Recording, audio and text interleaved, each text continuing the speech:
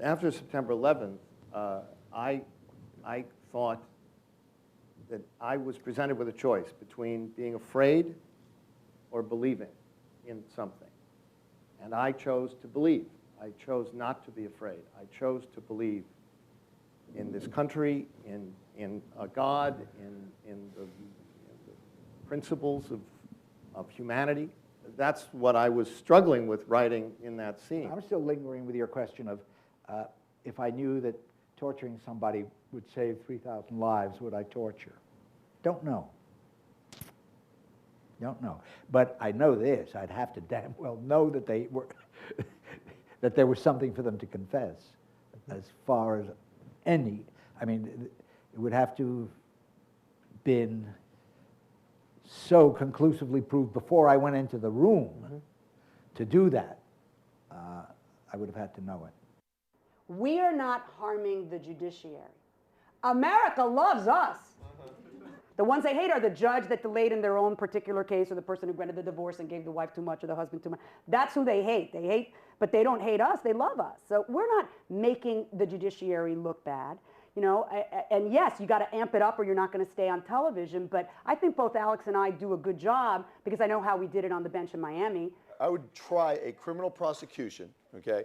And the jurors walk in there with this expectation that well, the cops are going to show us how they waved the wand on the wall, and all this evidence came out, and it's clearly him. And so all of a sudden, it becomes very easy for defense lawyers to stand up and say, well, where's the evidence? Where are the fingerprints? Yeah, we have these two people saying they saw him commit the crime, but where are the fingerprints? Where's the DNA? Where's it? And it's not just a matter of, it'd be great if we had this evidence, which is always an argument that was available to any defense lawyer. Wow, we'd really know for sure. But now jurors come in thinking from CSI, that's the way it is. You wave the wand and here's all this evidence. And if the person's there, there's DNA all over the place. Just pick and choose which one you want to take. And I've just seen criminal defendants that were clearly guilty walk over and over and over again because of the expectation the jurors had. If you want to ask me what do I think was different about Presumed Innocent, it is that the hero is flawed. He has deep moral foibles. He's had a dangerous and, as it turns out, enormously destructive affair.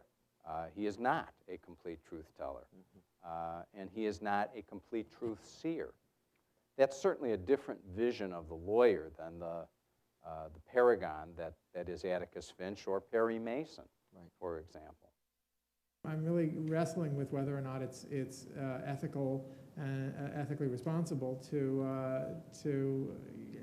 fictionalize a living person in a way that may have nothing to do. I have figured out a way to explain this. But have you ever, with an actual historical personality, attributed things to your fictional version of them that you had reasons to believe were either untrue or unprovable in any kind of... No. Well, first of all, public figures make fictions of themselves long before you get to them. And I stood up in front of that jury and I said, you know what, I'm really scared.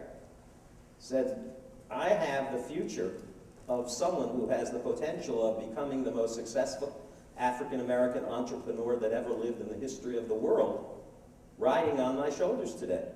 But I wanted the jury to see him the way I saw him. Someone who, everything he does turns to gold, a marketing genius, someone who at age 19 was an intern in a record company, and at age 21 was president of the company and employed 600 people. You know anybody like that? I didn't know anybody like that. And I wanted the jury to understand that they were not sitting in judgment on just some kid who got into page 6 every 20 minutes because he knew how to party. And I think it made a difference. Join us for Fordham Law School's ongoing exploration of law, culture, and society. And please visit our website for more information about our forthcoming conversations, our film festival, and other exciting events.